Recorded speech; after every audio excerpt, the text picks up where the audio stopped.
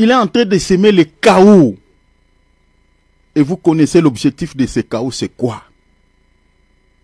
Pour que celui qui viendra accorder la solution, mettre fin à toutes ces bazars, accorder maintenant la solution, donner une paix semblante, pour qu'il soit élu comme étant l'unique dirigeant qui va gouverner ce monde. C'est là où le diable est en train d'amener ce monde. Nous les chrétiens, nous devons être prêts pour l'enlèvement. Chers enfants de Dieu, je ne cesse de vous les réitérer ici.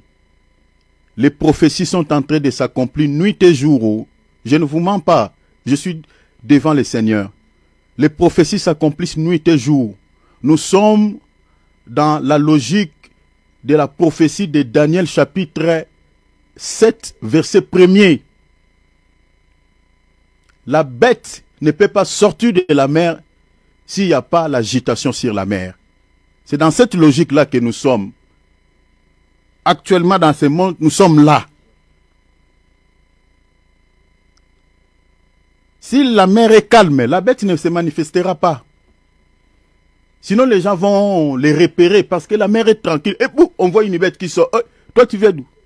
Il faut qu'il y ait d'abord l'irruption sur la mer, des flots, des vagues. Voilà la tempête, tout ça. Et c'est de là, de manière sournoise, la bête fera son apparition. Les tempêtes, le vent, tout ça, c'est le trouble que nous sommes en train de voir actuellement dans ce monde. Qui va manifester la bête de l'événement dont le président français avait parlé. Et il est déjà là. C'est pour nous dire que l'enlèvement peut avoir lieu à tout moment. Je nous exhorte chaque fois en ces termes pour que nous ne puissions pas nous laisser dans des distractions. Nous soyons toujours prêts. Soyons prêts. Alors nous avons besoin de la force. Jésus a dit dans Luc, chapitre 21, versets 34 à 36, il dit, priez en tout temps, afin que vous ayez de la force, un, de s'échapper à tout ce qui arrivera, tout ce que nous sommes en train de voir, et de deux, de paraître debout lors de l'avènement du Fils de l'homme, c'est-à-dire lors de l'enlèvement. Cher enfant de Dieu, si tu n'as pas la vie de prière à des moments comme ceci, tu chuteras, ta foi va s'abaisser, tu vas faire naufrage par rapport à la foi. C'est la prière qui t'aidera à garder la foi et à rester toujours debout. Debout ici, c'est-à-dire garder la sainteté, la sanctification, rester toujours aux aguets. Veillez et priez afin que vous ne tombiez pas dans la tentation. Jésus dit, priez afin que vous puissiez quoi? S'échapper à toutes ces choses qui arriveront et de paraître debout lors de son avènement. Sans la prière, tu ne resteras jamais debout jusqu'à l'enlèvement. Avec le vent qui est en train de souffler actuellement dans ce monde, tout ce que nous sommes en train de voir actuellement dans ce monde, c'est très compliqué. Regardez la montée du mal. Regardez la montée du péché. Regardez. Le péché est entré dans nos maisons, même si tu ne sors pas. Mais tu peux pécher en étant dans ta maison, chez toi. Sur nos natels, nous avons le péché entre nos mains. Sur nos ordinateurs, sur nos télévisions, nous avons le péché. L'impureté. Les gens reçoivent des possessions démoniaques depuis chez eux, dans leur maison. Les gens sont possédés. Faisons attention. La Bible dit, quand vous verrez les péchés des Amoréens atteindre le comble, c'est à ce moment-là le Seigneur accordera la délivrance à son peuple. Cette prophétie concernait l'Église. Les Amoréens, c'est les nations païennes. Et nous sommes arrivés là. Faisons attention. Demande l'aide de Dieu, s'il vous plaît. Demande à Dieu, je t'en supplie mon frère, je t'en supplie ma soeur. Demande à Dieu qu'il te donne la force de rester aux aguets, s'il vous plaît. L'enlèvement se passera dans les croisières. Ça ne prendra pas une minute. Le croisière, c'est-à-dire une vitesse incalculable. La Bible dit en un clin d'œil, pap, Donc vous voyez qu'il y a bien des chrétiens qui rateront cet avènement.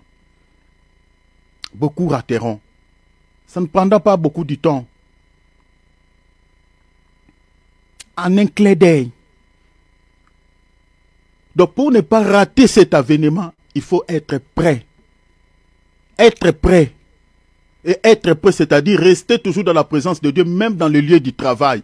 Même quand tu marches sur la route, rester dans la présence de Dieu. Ne pêche pas. Les chrétiens hypocrites n'hériteront jamais le ciel. Les chrétiens qui s'accrochent des deux côtés, c'est-à-dire tantôt dans les sénats, tantôt dans le monde, n'hériteront jamais le ciel. Faisons attention. Aujourd'hui, la montée des faux prophètes, mes bien-aimés, voilà, nous sommes en train d'observer la montée des faux prophètes comme le Seigneur avait prédit dans Matthieu chapitre 24. Faisons attention.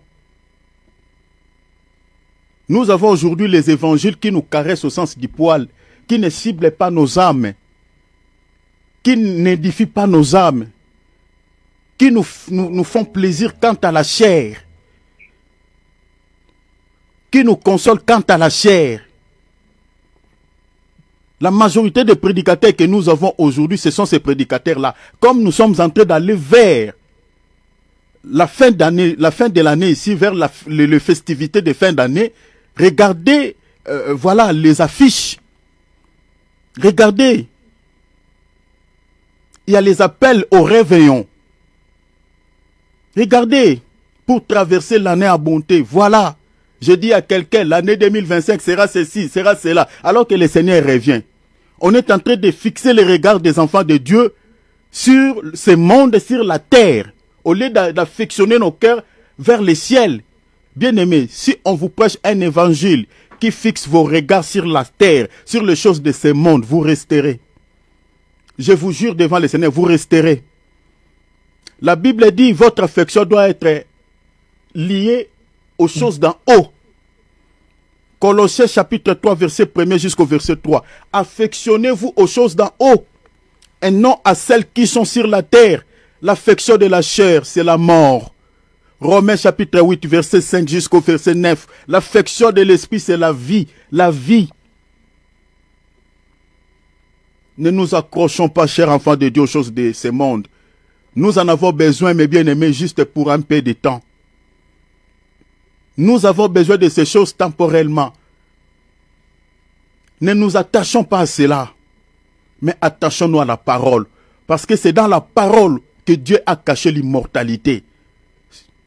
Je suis dans 2 Timothée chapitre 1er, verset 10. C'est dans la parole que Dieu a caché l'immortalité.